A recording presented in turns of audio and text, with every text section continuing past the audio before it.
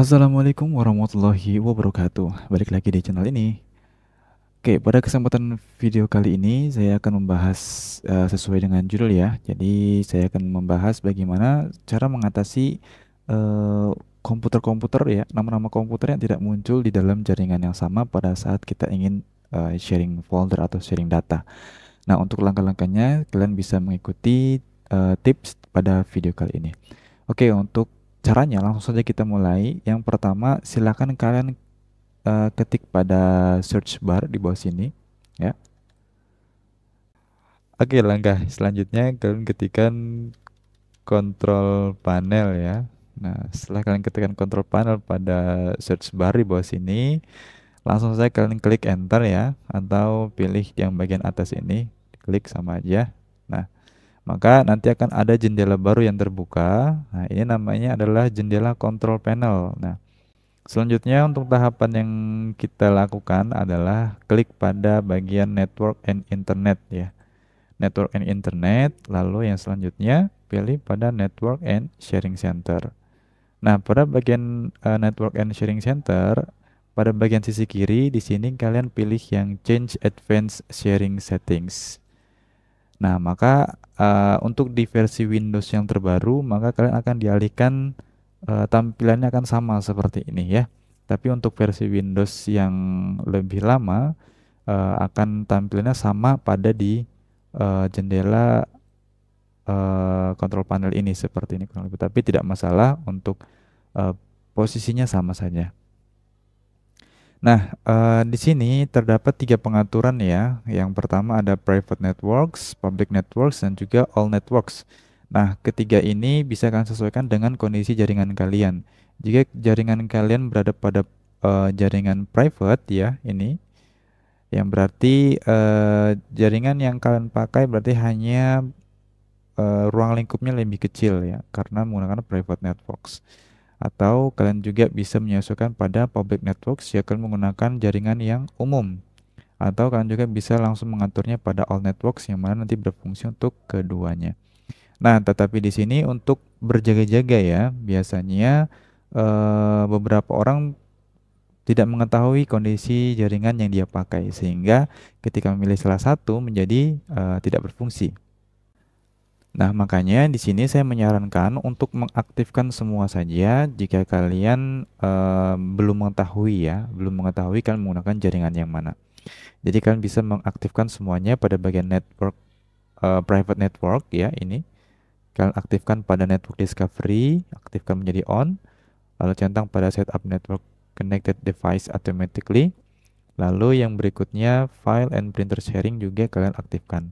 Nah, file and printer sharing ini yang nantinya akan kalian pakai untuk transfer sharing folder ya atau sharing file di dalamnya begitu. Begitupun juga bisa dipakai untuk printer sharing. Nah, begitu juga pada bagian public networks kalian juga bisa mengaktifkan keduanya ya, meng-on-kan ya pada bagian network discovery dan juga file and printer sharing. Nah, yang ketiga pada all networks di sini kalian juga bisa mengaktifkan pada public folder sharing menjadi on ya. Lalu file sharing connections di sini pakai saja yang recommended ya. Pakai saja yang recommended, tidak apa-apa. Lalu untuk password and protected sharing ini kalian off-kan saja agar nanti pada saat komputer lain ingin membuka file kalian tidak memerlukan password lagi untuk membukanya, seperti itu. Nah, jika ini sudah kalian aktifkan ya untuk di on kan ya, kan sudah on kan pada bagian advanced and sharing settings ini, maka sebenarnya ya itu komputer sudah bisa muncul pada bagian networks. Ya. Jadi pada saat kalian buka file explorer, lalu kalian klik pada network, nah nanti di sini komputer yang terhubung pada jaringan yang sama akan muncul seperti itu. Nah, ini sudah ada satu komputer ya. Ini laptop sebenarnya, tetapi ada di ruangan sebelah. Hanya saja menggunakan jaringan yang sama sehingga muncul pada bagian network di sini ya. Muncul pada drive network.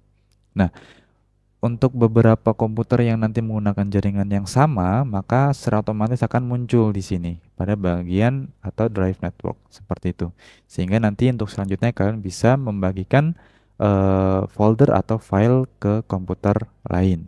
Nah, jika kalian belum tahu cara membagikan file atau folder ke komputer lain ya, kalian bisa melihat video tutorial yang sebelumnya atau kalian bisa mengklik link yang ada di atas video ini. Oke, ini untuk cara yang pertama ya. Untuk cara yang kedua, jika belum juga muncul ya komputer pada drive network ini, kalian bisa mengikuti cara yang kedua ya. Caranya kalian buka optional features ya dengan cara membuka dulu run pada komputer kalian dengan cara mengklik atau menekan kombinasi tombol Windows dan R pada keyboard kalian. Lalu pada kotak yang tersedia di sini ya, kalian ketikkan optional, optional. Oke, kalian ketikkan optional features ya, lalu klik enter pada keyboard. Nah, selanjutnya pada jendela yang muncul ini nanti kalian akan mengaktifkan fitur Windows yang mungkin belum aktif ya. Biasanya di kebanyakan komputer atau laptop belum aktif fitur ini. Nah, fitur yang dimaksud adalah fitur ini ya, SMB 1.0 / CIFS File Sharing Support. Nah, kalau belum muncul nanti kalian scroll saja ke bawah lalu cari pada bagian SMB 1.0 / CIFS File Sharing Support. Nah, selanjutnya di sini kalian bisa klik tanda tambah di sini ya untuk membuka runtutannya. Nah, di sini saya sudah mengaktifkan, jadi nanti kalian hanya perlu mengaktifkan semua ya. Jika awalnya seperti ini belum tercentang, maka kalian centang saja. Nah, setelah kalian centang, lalu klik OK. Nah, tunggu hingga prosesnya selesai ya.